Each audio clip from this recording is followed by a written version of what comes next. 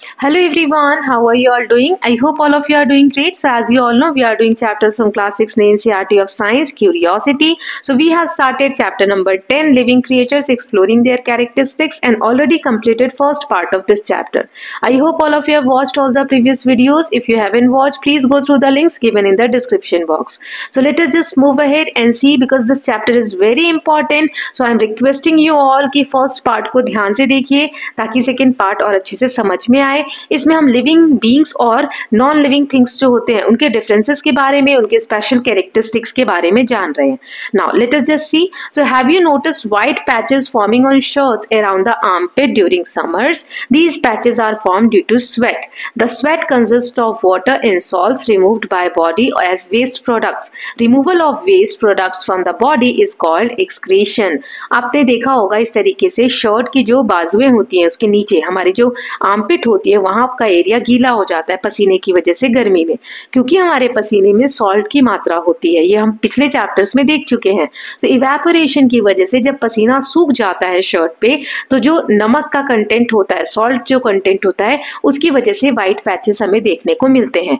तो हमारी बॉडी से जो वेस्ट प्रोडक्ट रिलीज हुआ, इस केस में क्या है, स्वेट यानी पसीना, हमारी बॉडी का जो वेस्ट प्रोडक्ट है वो रिलीज हुआ। So removal of waste product from body, हमारी बॉडी से जब वेस्ट प्रोडक्ट हम रिमूव करते हैं तो उस प्रोसेस को हम एक्सक्रीशन बोलते हैं। जैसे urine, urine is also form as product of excretion in animals. जितने भी एनिमल्स हैं उनमें यूरिन आप देखेंगे ये भी एक एक्सक्रीशन का ही फॉर्म है। Do you know that plants also excrete? Plants भी एक्सक्रीट करते हैं। You may notice plants excrete excess water and minerals in the form of small droplets on leaves. For example, grasses and roses. All living beings excrete. तो जो भी living beings हैं वो सभी excrete करते हैं। So plants में भी आप इस तरीके के droplets देख सकते हैं, ये भी plants excrete ही कर रहे हैं excess water को, right? So सभी living beings excrete करते हैं। Okay, now let us look at another characteristics. अब एक और कैरेक्टरिस्टिक्स के बारे में जान लेते हैं। So what is your reaction if you unexpectedly step on a sharp object such as thorn? या फिर गलती से आपने एक चाय का गर्म कप छू लिया तो आपका क्या रिएक्शन होगा? So stepping on a thorn and touching a hot object are stimuli. So stimuli एक रिएक्शन होता है जब हम किसी ऐसे इवेंट हमारे साथ होता है, जैसे हमने कुछ गर्म छू लिया, तुरंत से हम हाथ हटा लेते हैं, या कांटों पे पैर आ गया तो हम पैर जल्दी से ऊपर कर लेते हैं। सो एनीथिंग और any event that prompts living beings to respond is called stimulus. So stimulus क्या होता है? ऐसा कोई भी इवेंट या कोई भी एक्शन जो आपको रिस्पॉन्ड करने के लिए प्रेरित करे या उत्तेजित करे। So list 3 stimuli, plural of stimulus, and your body's instant respond to them. So stimuli क्या है? प्लूरल फॉर्म है स्टिमुलस का। तो आपको ऐसी 3 सिचुएशंस बतानी है जिसमें आपकी बॉडी तुरंत इंस्टेंटली रिस्पॉन्स करती है। ऐसे 3 स्टिमुलाई आपको बताने हैं। तो पहला हो गया लाइट। मान लीजिए आप अंधेरे में बैठे हैं बहुत देर तक और बाहर धूप में निकलते हैं या बहुत तेज रोशनी में जाते हैं तो आपकी आंख खुद ब खुद बंद हो जाती है, फिर धीरे धीरे आप आंखों को ओपन करते हैं और लाइट के हिसाब से, प्रकाश के हिसाब से एडजस्ट करते हैं। ऐसे ही टेम्परेचर, स्किन जो है हमारी बॉडी की वो सेंस कर लेती है टेम्परेचर ज्यादा है या कम है ना। गर्मी होती है तो हम स्वेटिंग यानी पसीना आने लग जाता है, और ठंड होती है तो हम शिवर करने लगते हैं, कांपने लगते हैं, और शिवरिंग की वजह से हमारी बॉडी में हीट आती है। ऐसे ही sound, ear detect sound vibration. Sound की जो वाइब्रेशन होती है हमारे कान जो है अपने आप ही डिटेक्ट कर लेते हैं, ब्रेन प्रोसेस करता है और हम सुनकर फिर रिस्पॉन्ड करते हैं। कोई हमें आवाज दे रहा है, अगर हम सुने ही नहीं तो हम कैसे रिस्पॉन्ड करेंगे? सो हमारे ईयर्स सुन रहे हैं और हम रिस्पॉन्ड कर रहे हैं। 3 चीजें क्या हो गई? सो ये 3 स्टिमुलाई सिचुएशन मैंने आपको बता दिए, light, temperature and sound. Now do plants also respond to stimuli? क्या प्लांट्स भी ऐसे रिस्पॉन्ड करते हैं? Yes, plants also respond to stimuli. For example touch be not, जिसे हम मिमोसा, छुई मुई या लजालू प्लांट बोलते हैं, fold their leaves when we touch them. देखिए इस तरीके से जब आप इसके लीव्स को टच करेंगे ना, थोड़ा सा टच करेंगे तो सभी पत्ते ऐसे फोल्ड होने लग जाते हैं, राइट? तो ये भी क्या है? टच को रिस्पॉन्ड किया प्लांट ने, है ना, स्टिमुलाई को रिस्पॉन्ड किया। सो have you also observe that certain plants fold their leaves after sunset? कुछ ऐसे भी प्लांट्स होते हैं जैसे सनसेट यानी जब अंधेरा होने लगता है तो अपने लीव्स को फोल्ड कर देते हैं। Specially the leaves of certain plants facing each other tends to come together. This can be observed in the sleeping leaves of आंवला, Indian gooseberry. आंवला का जो प्लांट होता है उसमें ऐसा हमें देखने को मिलता है। All living beings respond to stimuli. Find a few more plants in your neighborhood which fold their leaves after sunset. ऐसे कुछ और प्लांट्स भी आप पता कर सकते हैं. ओके, सो ये क्या है कि लिविंग बींग्स रिस्पॉन्ड करते हैं स्टिमुलाई को, किसी भी एक्शन को या किसी भी ऐसे इवेंट को जब हम रिस्पॉन्ड करते हैं तो उसको हम बोलते हैं स्टिमुलस. तो ये सभी लिविंग बींग्स में होता है. ओके, सो ये एक और कैरेक्टरिस्टिक हो गया लिविंग बीइंग का.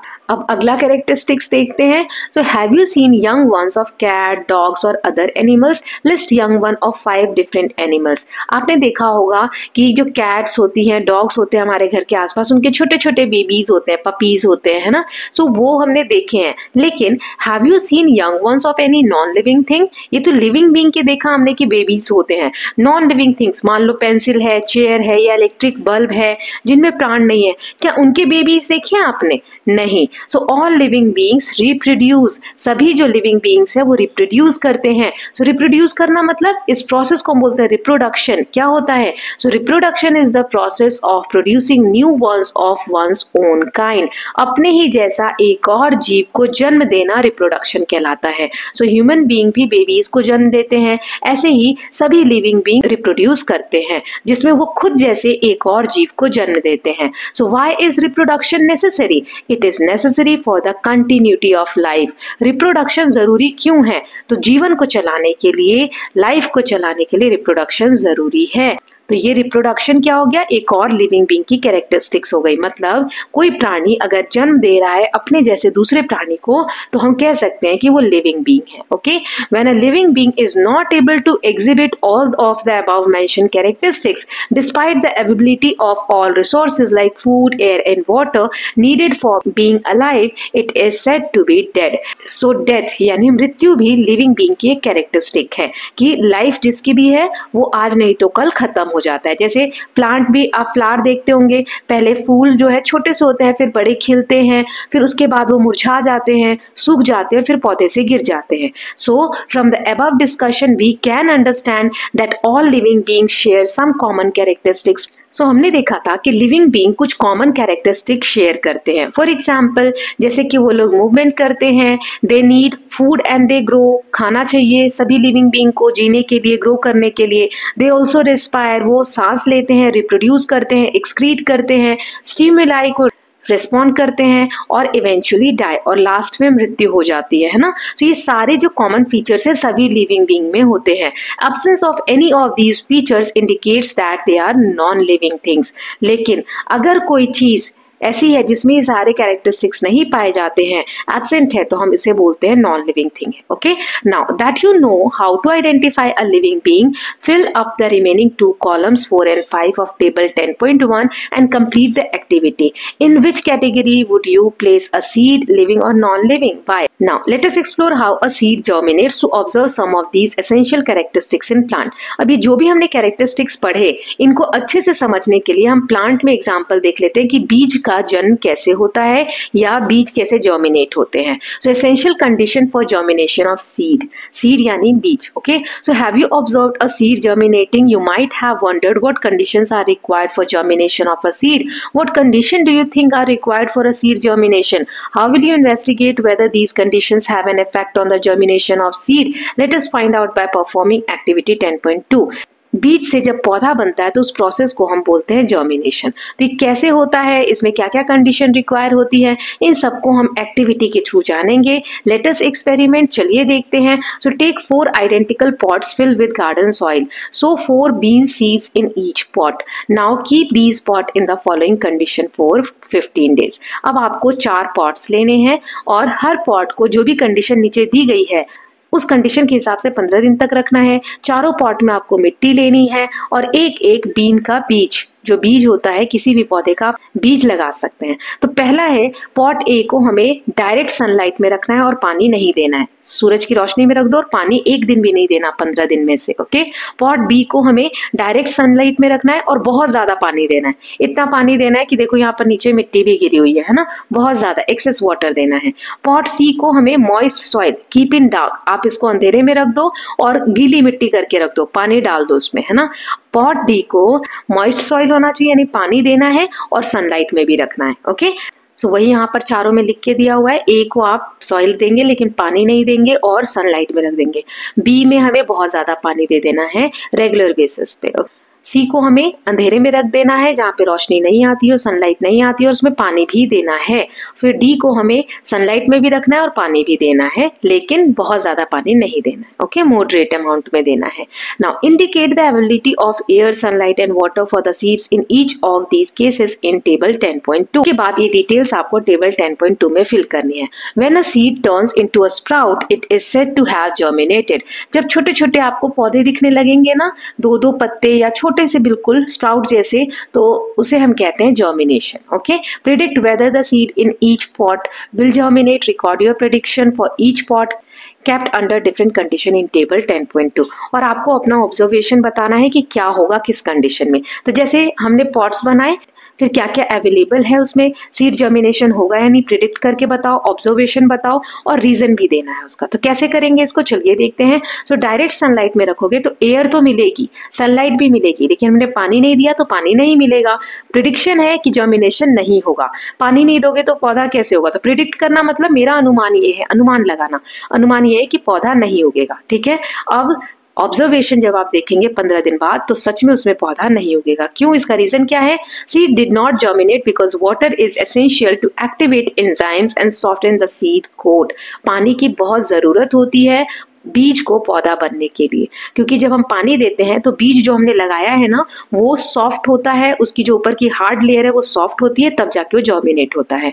अब सेकंड वाला जो पॉट है जो डायरेक्ट सनलाइट में, लेकिन उसमें अपने बहुत पानी दे दिया है, तो यस एयर मिलेगी, यस सनलाइट भी मिलेगा क्योंकि हमने उसे खुले में रखा है, वाटर भी मिलेगा लेकिन एक्सेस मिलेगा। प्रेडिक्शन नो, नहीं होगा पौधा। क्यों, इसका ऑब्जर्वेशन भी आप देखेंगे बहुत दिन बाद, मतलब 15 दिन बाद, तो पौधा नहीं आया हुआ। क्यों होता है ऐसा, क्योंकि excess water might block the air space in soil reducing oxygen ability for germination. Soil में जो स्पेस होता है मिट्टी में, उसको एक्सेस वाटर क्या कर देते हैं, ब्लॉक कर देते हैं, जिसकी वजह से सीड्स को ऑक्सीजन नहीं मिल पाता है।